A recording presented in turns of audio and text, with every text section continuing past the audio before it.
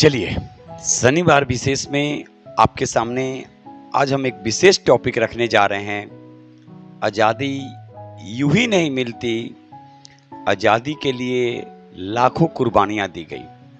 आज़ादी यूं ही नहीं मिलती, आज़ादी के लिए कई राष्ट्रीय आंदोलन किए गए। आज हम विशेष में बात करने जा रहे हैं अगस्त क्रांति, जिसको भारत छोड़ो आंदोलन के नाम से जाना जाता है। हम आपके सामने आशुतोष पाठक एकदम आराम से सुनेंगे और एग्जाम के पॉइंट ऑफ व्यू से भी ये काफी महत्वपूर्ण होने जा रहा है।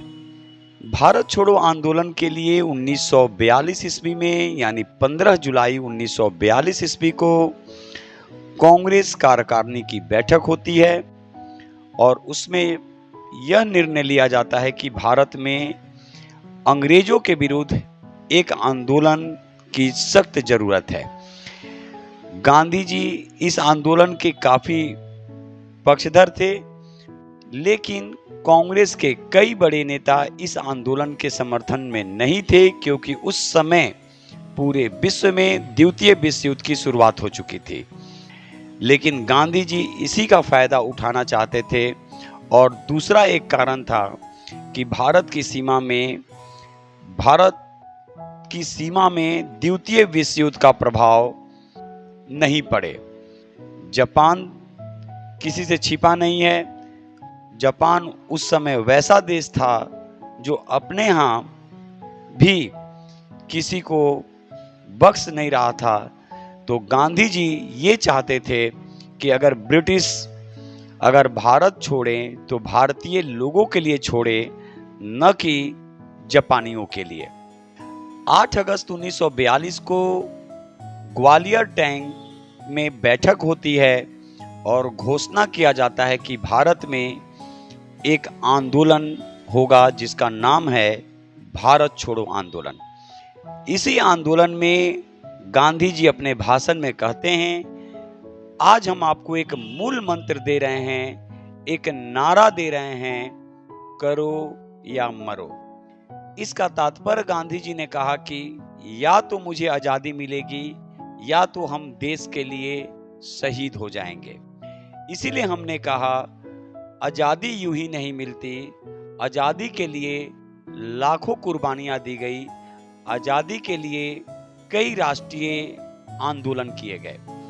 9 अगस्त 1942 ईस्वी को भारत छोड़ो आंदोलन जैसे ही शुरू हुआ, गांधी जी समेत कांग्रेस के सभी बड़े नेता को गिरफ्तार कर लिया गया। गांधी जी को पूना के आगा खां पैलेस में गिरफ्तार करके रखा गया, तो वहीं कांग्रेस के जितने भी बड़े नेता थे उन्हें अहमदनगर के दुर्ग में रखा गया। भारत छोड़ो आंदोलन के दौरान ही 11 अगस्त 1942 को बिहार के उन नौजवान छात्रों ने तिरंगा फहराने का प्रयास किया और तिरंगा फहराया भी गया, लेकिन उन 7 छात्रों को ब्रिटिश हुकूमत जो थे उनकी गोलियों का शिकार होना पड़ा। वे 7 छात्र शहीद हो गए। ये तारीख थी 11 अगस्त 1942, जिसको पटना सचिवालय गोलीकांड के नाम से जाना जाता है। आपको यहाँ पे बताना है कि उस समय पटना के जिला अधिकारी कौन थे। भारत छोड़ो आंदोलन के दौरान कई छोटे छोटे आंदोलन जो थे उसको समाहित करके भारत छोड़ो आंदोलन में ही उसको जोड़ा गया, क्योंकि गांधी जी को पता था कि ये एक ऐसा आंदोलन है, ये इस आंदोलन को पूरी तरह से पूरे भारत में सक्रिय रखना है तो सबको जोड़ के रखना होगा। इस आंदोलन में पुरुष के साथ साथ महिलाओं का भी योगदान काफी अहम रहा। चाहे अरुणा असफ अली हो, उषा मेहता हो, सुचेता कृपलानी हो, या फिर कह सकते हैं सरोजिनी नायडू, या बिहार से जयप्रकाश नारायण की पत्नी प्रभावती देवी। भारत छोड़ो आंदोलन के दौरान बलिया में समानांतर सरकार का गठन किया जाता है। महाराष्ट्र के सतारा में समानांतर सरकार का गठन किया जाता है, तो जयप्रकाश नारायण के द्वारा नेपाल में आजाद दस्ते का गठन करके ब्रिटिश हुकूमत की नींव को पूरी तरह से हिला दिया गया। इसीलिए हमने कहा कि भारत छोड़ो आंदोलन अन्य आंदोलनों की तुलना में काफी मजबूत तरीके से आगे बढ़ा, काफी सक्रिय तरीके से आगे बढ़ा, क्योंकि इसमें सभी लोगों का योगदान महत्वपूर्ण माना जाता है।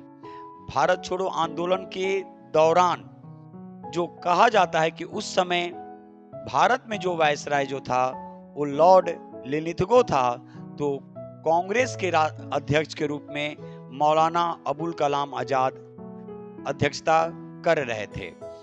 तो भारत छोड़ो जो आंदोलन जो था, कहा जाता है कि भारत छोड़ो आंदोलन ने ब्रिटिश हुकूमत को पूरी तरह से तहस नहस कर दिया। उस समय ब्रिटिश हुकूमत ये मानकर चल रही थी कि भारत मेरा ही अंग है और अन्य जो देश हैं उनको स्वतंत्रता दे दी जाएगी, लेकिन गांधी जी इस पे मानने को पूरी तरह से तैयार नहीं थे। यहां तक कि जो क्रिप्स मिशन मार्च 1942 में आया था, उसके सभी प्रस्ताव को कांग्रेस के कार्यकारिणी सदस्यों ने खारिज कर दिया। गांधी जी ने तो पूरी तरह से डोमिनियन स्टेट्स के खिलाफ आवाज उठाई। उन्होंने ब्रिटिश हुकूमतों को कह दिया कि अगर स्वतंत्रता मिलेगी तो भारतीयों के अनुसार मिलेगी, अगर कोई शासन करेगा तो भारतीय ही शासन करेंगे, कोई दूसरा शासन नहीं करेगा। इसीलिए गांधी जी ने इस आंदोलन में एक महत्वपूर्ण मंत्र दिया। उस मंत्र का नाम था, एक महत्वपूर्ण नारा दिया, उस नारे का नाम था करो या मरो।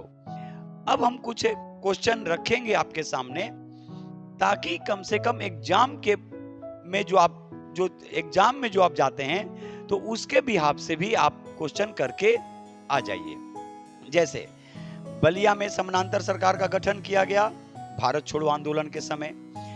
राजेंद्र प्रसाद को भारत छोड़ो आंदोलन के समय गिरफ्तार करके बांकीपुर जेल में बंद किया गया। तो जयप्रकाश नारायण को भारत छोड़ो आंदोलन के दौरान हजारीबाग जेल में बंद किया गया। और जयप्रकाश नारायण का पूरा वीडियो आप देख सकते हैं, क्योंकि इसके पहले हम जयप्रकाश नारायण के बारे में महत्वपूर्ण जो तथ्य था आपके सामने रखे। तो भारत छोड़ो आंदोलन याद रखिएगा, डेट याद रखेंगे 8 अगस्त 1942 ग्वालियर टैंक में घोषणा की जाती है, और 9 अगस्त 1942 को जैसे ही भारत छोड़ो आंदोलन की शुरुआत होती है, गांधी जी समेत सभी बड़े नेता गिरफ्तार कर लिए जाते हैं।